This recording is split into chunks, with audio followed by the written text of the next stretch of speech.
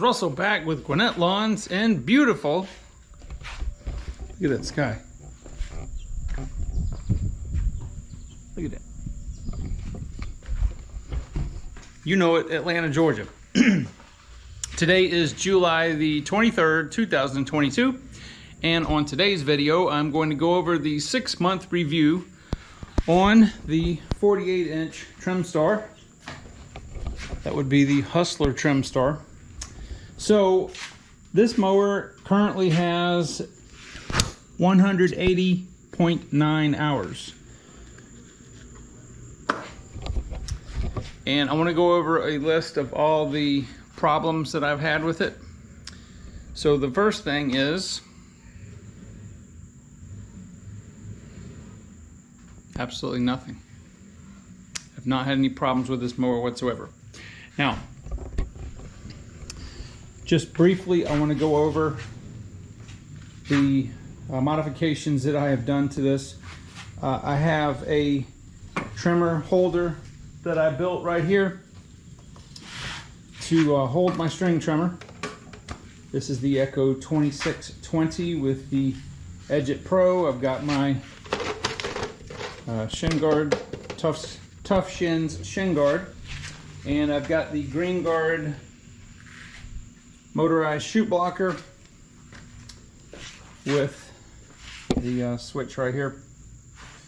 And I've also got the Go Slide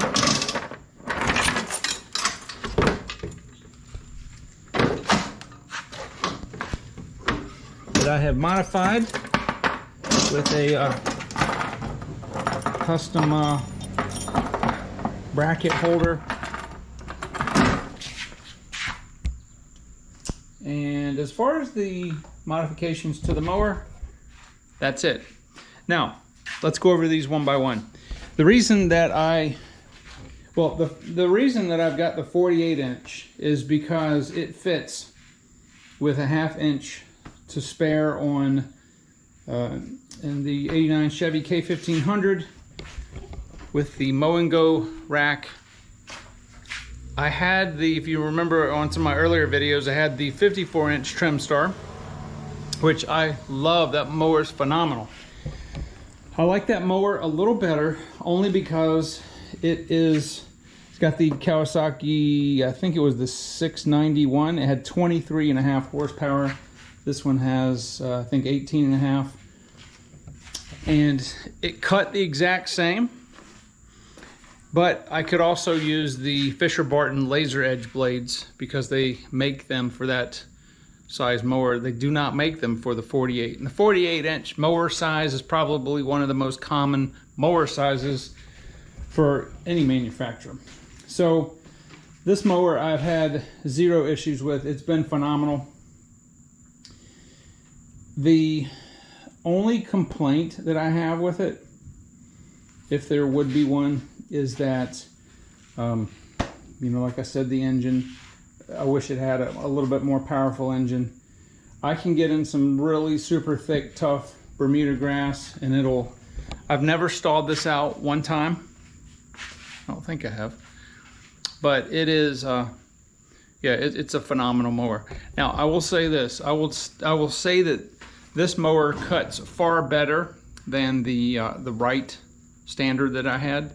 Those are great mowers in their own right, but this mower just cuts better. I don't know if it's because of the deck design. This has the same horsepower engine. Yeah, I think both of them had the 18.5 horsepower. The Wright's a fine engine, but there's some things I like about the Trimstar that are better. Number one, for the hydro, okay, this hydro system takes about 4.5 quarts. It has 2 hydro filters, 1 on each transmission, and it takes 20W50 synthetic oil, just regular motor oil. The Wright took I think it was 2050 hydrostatic oil, and I don't have any with me here. And that hydrostatic oil is pretty expensive. So it is much more convenient to use the actual engine oil. So I wish the tires were just a little bit bigger as far as width. These are pretty wide tires in their own respect, but the ones I had on the 54 were at least an inch wider. This mower is phenomenal when it's really, really hilly, when it's really wet. I've gone through, you can see it's really dirty. The past week and a half, we've had a ton of rain, and it's been raining about every day in yards that I really never have problems with. They were waterlogged, even though it didn't look like it, and it would be sometimes an inch of water in some of the areas. And this mower does not leave ruts. It just goes right through it like it's not even there. It's really, really good. Now, people are gonna ask, why did I go with the Go Slide on here instead of the Pro Slide? The Pro Slide is self-retracting. I like the Go Slide for one reason. I can go backwards on this mower with it. With the Pro Slide, because it's articulating and it has a joint in the middle, if you tried to go backwards, it would want to fold itself up. This saves me a lot of time because I don't have to step off and, you know, let the mower go backwards. I can just stay on the mower and just back right up and go as far backwards as I want, because there's only one pivot point where it's attached to the mower. So that is one of the reasons I like the Go Slide. The Pro Slide, because it folds up tighter to the mower, has a little bit different center of gravity. It puts more of the weight forward on the mower, whereas because this Go Slide is hanging off the back, even when I have it folded up like this, the Pro Slide obviously would fold all the way up. So this does have a lever effect right here when you're going up a really steep hill, if I'm having to walk behind it. And it will, and because this mower is a little bit lighter, it will tend to lift the front end up. So I just have to be cognizant of that. But I am so pleased with this mower. Now, what is my maintenance schedule to make this thing last 20 years? Well, number one, I changed the engine oil and filter. I use the Amsoil 20W50 synthetic motor oil, same exact oil I use in the hydro system. I change the oil and filter in the engine every 100 hours, and the hydro oil and filters I change those at 150 hours. Is that overkill? Probably, but hey, you can't really change it too frequently because it's just gonna get a lot of the contaminants that are in there out. The other thing that I do that a lot of people probably don't do is that I change, or I don't change, but I clean this filter once a week. I vacuum it out. I have a video where I showed the amount of debris and dust that came out of there. There are two things that will help this engine last twice as long as somebody that's not doing these two things. Number one is keeping the air filter clean. So I will vacuum the air filter out, tap it on some concrete to get every bit of loose material out of there as I can, and keeping the engine oil changed regularly. When I can't see light coming through the air filter, then I toss the filter and get a new one. So I can get about, I just did put this new one on here a couple weeks ago, so I can get about half a season or so, about 100, I think about 170 hours or so out of the filter, depending on how dusty it is. So I'll change it again probably towards the end of the season. Do those two things and do them regularly, and I think the average lifespan for these engines is maybe about 3,000 hours, and I'm pretty sure that you could exceed that by quite a bit. I'm just going to see how long we can exceed it. I keep the front end greased with the these come with just like bolts, and I went ahead and put the grease fittings in here.